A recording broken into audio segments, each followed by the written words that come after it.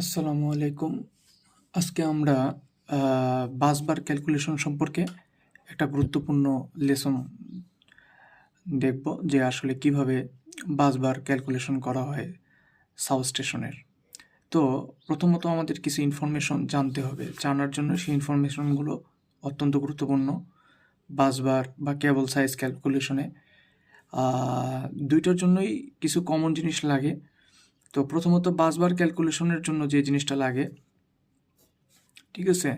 সেটার জন্য হচ্ছে মেইনলি যে 1 স্কোয়ার মিলিমিটার কপারের জন্য কারেন্ট ক্যারিং ক্যাপাসিটি হচ্ছে 1.7 এম্পিয়ার হয়।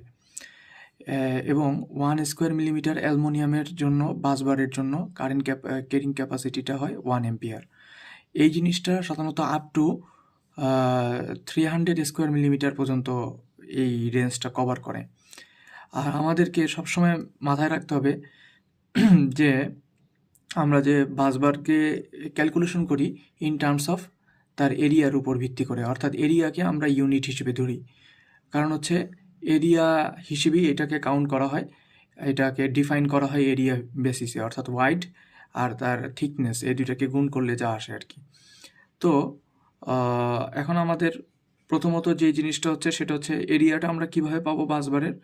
এটা হচ্ছে আমরা যদি ফুল লোড কারেন্টকে সেফটি ফ্যাক্টর সহকারে বের করি, সেটাকে যদি আমরা আম, এ, যে কারেন্ট ক্যারিং ক্যাপাসিটি অর্থাৎ বাসবারের জন্য যেটা, অর্থাৎ কপারের জন্য 1 স্কোয়ার মিলিমিটারের জন্য 1.4 অ্যাম্পিয়ার হয়, আর অ্যালুমিনিয়ামের জন্য 1 স্কোয়ার মিলিমিটারের জন্য হচ্ছে 0.8 এম্পিয়ার।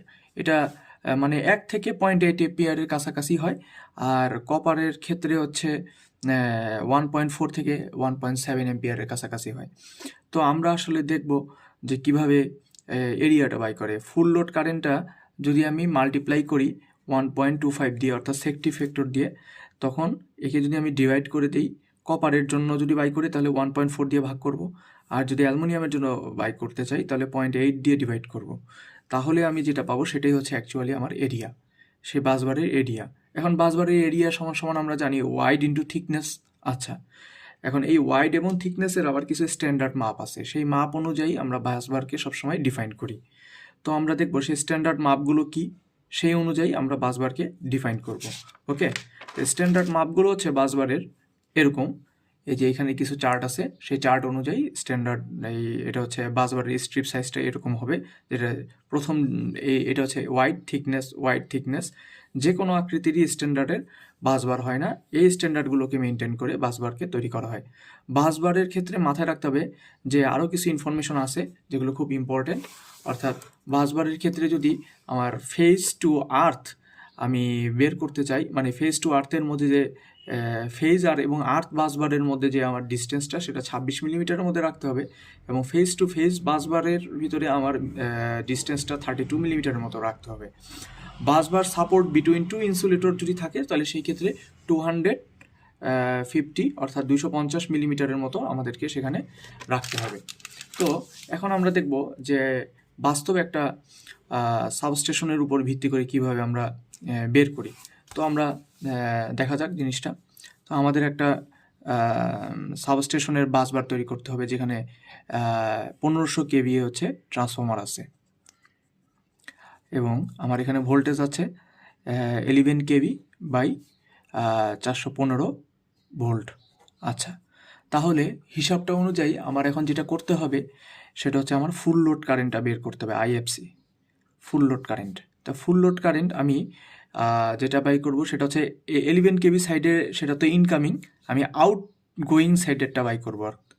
আউট গোয়িং সাইডেরটা বাই করতে হলে আমাকে যেটা করতে হবে সেটা হচ্ছে এই 1500 কেভিএ অর্থাৎ ইন্টু 1000, এটাকে ভাগ করে দিতে হবে √3 ইন্টু 415 ভোল্ট দ্বারা। আচ্ছা, তাহলে আমি পাবো ফুল লোড কারেন্ট। তো দেখি এই ফুল লোড কারেন্টের মান কীরকম আসে। মেজারটা করি, মেজার করলে আসতেছে এখানে 1500 ইন্টু 1000। আচ্ছা, এটাকে এখন আমরা ডিভাইড করব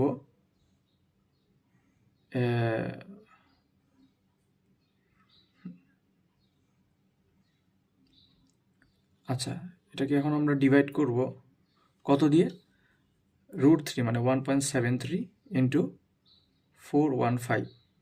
আচ্ছা, তাহলে আমার এম্পিয়ার আসতেছে 2089.28 এম্পিয়ার। এখন আমাকে যেটা করতে হবে সেফটি ফ্যাক্টর সহকারে।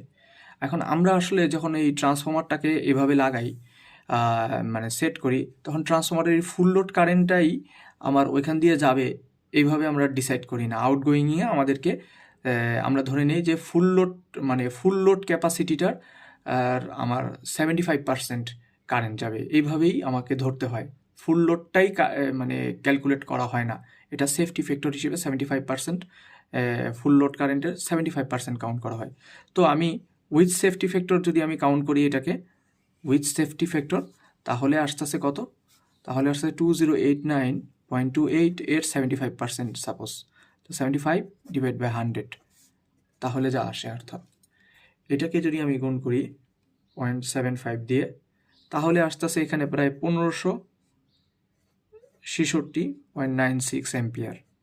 আচ্ছা, এখন বিষয়টা হচ্ছে যে এইখানে আমার যে ইয়াটা আসছে, এখন আমি যদি কপারের বাসবার ক্যালকুলেট করতে চাই, তা কপারের জন্য আমি জানি যে রেঞ্জটা কত, আমরা একটু আগে দেখছি এখানে যে কপারের জন্য 1.4 ধরতে পারি। ওকে, আচ্ছা, তাহলে কপারের জন্য যদি 1.4 হয়, তাহলে আমি যেটা করব কপারের বাসবারের এরিয়াটা বাই করব।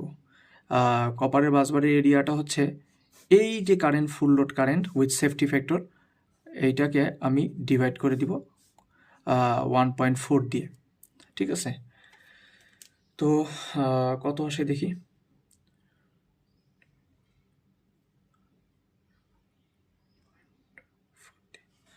তাহলে এখানে প্রায় আসতেছে 1119.25, প্রায় এরকম ডাটা আসতেছে, কিন্তু এটাই হচ্ছে ওয়াইড এবং থিকনেসের মান। আচ্ছা, এখন আমাকে করতে হবে কি, ওয়াইড এবং থিকনেসের মানটার মধ্যে থিকনেসটাকে কমন ধরবো আমরা। আচ্ছা, থিকনেসের মানগুলো স্ট্যান্ডার্ড আকৃতিতে আমার কীরকম হয় সেটা দেখি। সাপোজ আমি যদি এখানের এই থিকনেসেরগুলোর ভিতর থেকে আমি এই তিনটা থিকনেসের মধ্যে থেকে যদি কাউন্ট করতে চাই, তা থিকনেস হচ্ছে এখানে 10, 6 অ্যান্ড 3। আমি থিকনেস 10 ধরলাম, মনে করি ঘুরে ফিরে 3, 6, 10, 3, 6, 10, 3, 6, 10, 3, 6, 10ই আসতে আসতে থিকনেস সব জায়গাতে। সো আমি 10টাকে বেস ধরলাম, 10টাকে বেস ধরে করি, তাহলে 10 থেকে বেস ধরলে আমার ওয়াইড কত পাবো? আমি ওয়াইড পাবো 1119.25, অর্থাৎ এটাই হচ্ছে এরিয়া। এটাকে ডিভাইড করব 10, থিকনেস যেহেতু 10 ধরছি, তা 10 দিয়ে ভাগ করি। আচ্ছা, 10 দিয়ে ভাগ করলে এখন কত আসতেছে দেখি,